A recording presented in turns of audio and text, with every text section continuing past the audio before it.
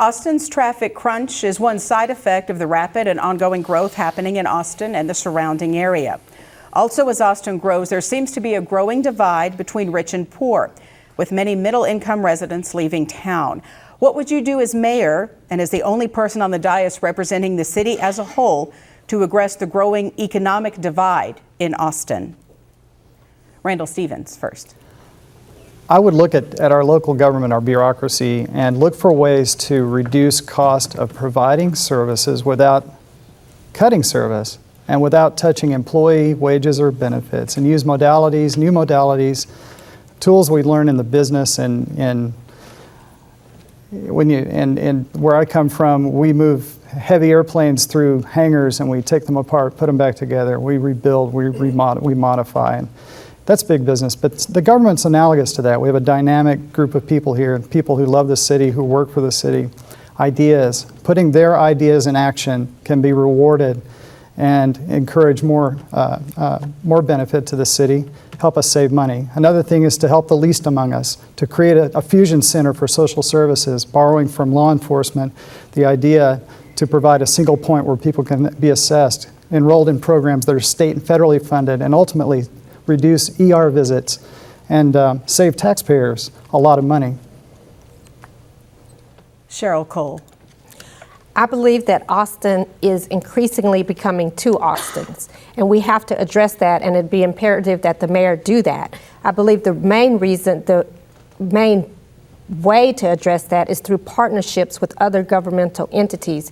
Today we held a meeting with several other governmental entities, AISD, ACC, the county, and the Central Health. And they made clear that AISD is in a crisis situation, an emergency situation. They have approximately 60% of their children who are economically disadvantaged. I think there could be more of a collaborative effort among the governmental entities to address that. And we also must continue to partner with the nonprofit organizations who address economic challenges. Steve Adler. Affordability in this city is a crisis. 53% of black kids under 18 in this city live in poverty. 44% of Hispanic kids in this city live in poverty. We have the second fastest growing rate of suburban poverty in the country. In the last 10 years, our overall poverty level has gone up almost 80%. People say there are 110 people arriving in Austin every day, and that's not the right number because that's a net number, and you can hide truths in net numbers.